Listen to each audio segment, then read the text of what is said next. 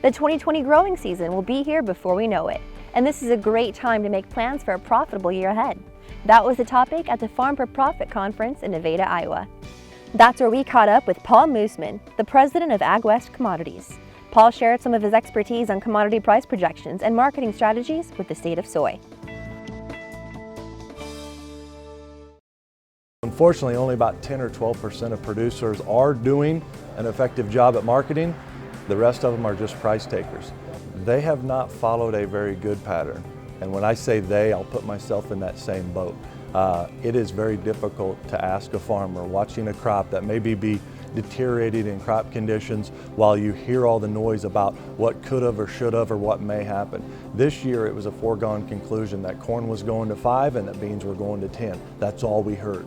So as you drive by a soybean field, if you're a farmer in late May or early June, how could you sell at 9 when everything you hear is 10? It's the fear of missing out. We live by that. My dad used to call it something different. Pigs get fat, hogs get slaughtered. There's a lot of sayings out there. So do I find the American farmer being more successful with marketing? No, unfortunately I don't. We all have to listen to that noise. We all have to hear everyone talking about what it could have and should have, and now those people aren't around that were saying $5 corn and $10 beans. Where are they at when it's time to pay the bills or answer to the banker? Every year I think more and more people get involved, but it has been an extremely tough battle. It's extremely tough and very difficult emotionally and financially to do.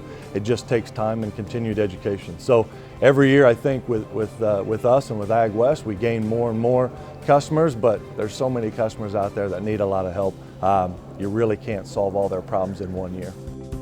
If you sell today or you price some crop today and it goes up tomorrow, should you be happy or should you be sad? And if the hardest thing that we've got to deal with in 2020 is a market going up, is that really the most difficult thing we'll have to deal with? That should be a celebrated event. It should be a positive. No matter if you sold 10, 20, 30, 50, or even 80% of your crop.